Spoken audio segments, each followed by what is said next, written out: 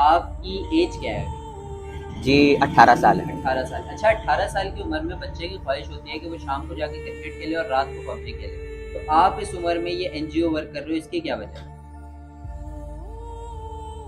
تو یقین کریں آپ کی زندگی بدل جاتی ہے ادھر انسان سکون کی نیند آتی ہے، اس کو لوگ ہزاروں لاکھوں خرچ کر کے سکون کی نیند نہیں حاصل کر پاتے۔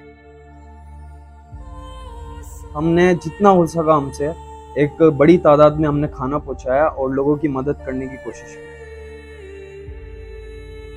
اگر آپ کی نظر میں کوئی مستحق ہے، اس کو کسی چیز کی بھی ضرورت ہو، دوائی ہو یا مچھردانی ہو یا راشن وغیرہ کسی چیز کی ضرورت ہو، آپ ہمیں کال کریں، ہم اس کے پاس جائیں گے، ہم اس کی مدد کریں گے، اس کی امداد کریں گے۔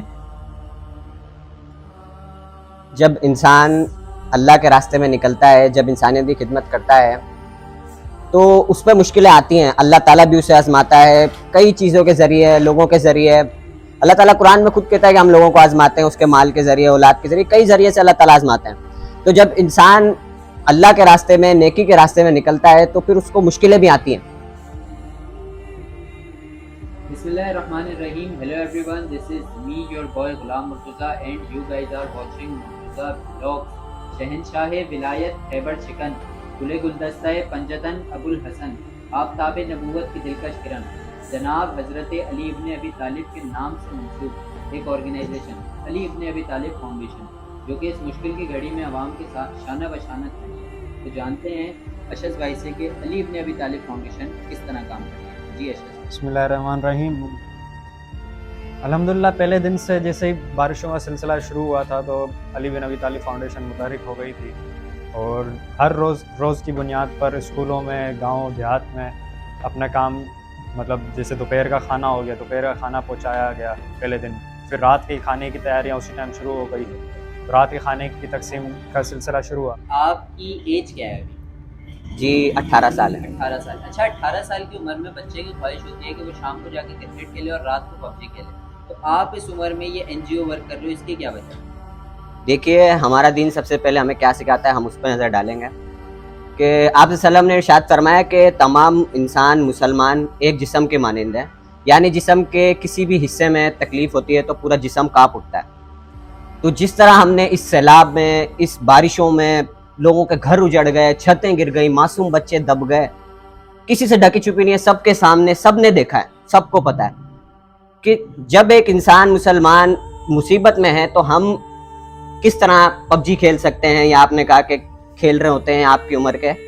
تو اللہ تعالیٰ نے انسان کو شعور دیا، اللہ تعالیٰ نے اس کو سکھایا ہے، اللہ تعالیٰ نے قرآن اتارا ہے کہ کس قدر اس کے اندر ہر چیز انسان کی شروع سے لے کر آخر تک زندگی گزارنے کا طریقہ، آپ کے ہمسائے، آپ کے ساتھیوں کے ساتھ، مسلمانوں کے ساتھ آپ کا رویہ کیسا۔ تو اسی کو مد نظر دیکھتے ہوئے، یہ ساری چیزیں دیکھتے ہوئے ہم نے یہ سٹینڈ لیا کہ ہم انشاءاللہ جو مسلمان، جو انسان مسلمان ہو یا پھر بھلے نان مسلم ہو لیکن ہے تو انسان، کہ ہم اس کی انشاءاللہ جتنی ہم سے ہو سکے مدد کریں گے۔ ہم ایسی جگہ پہ گئے جہاں اتنا پانی ہم نکل گئے، ہم نے دیکھا نہیں آگے کیا ہے۔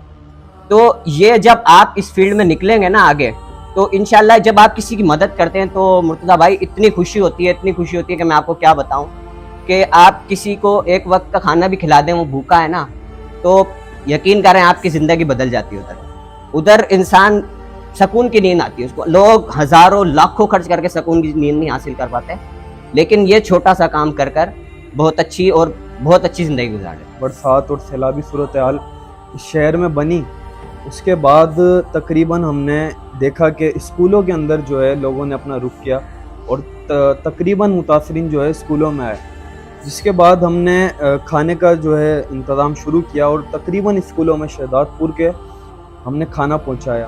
مچھردانیاں تقسیم کر رہی ہیں، یہ ہمارے کو دراصل پتہ کیسے لگا تھا، یہ میں آپ کو بتاتا ہوں۔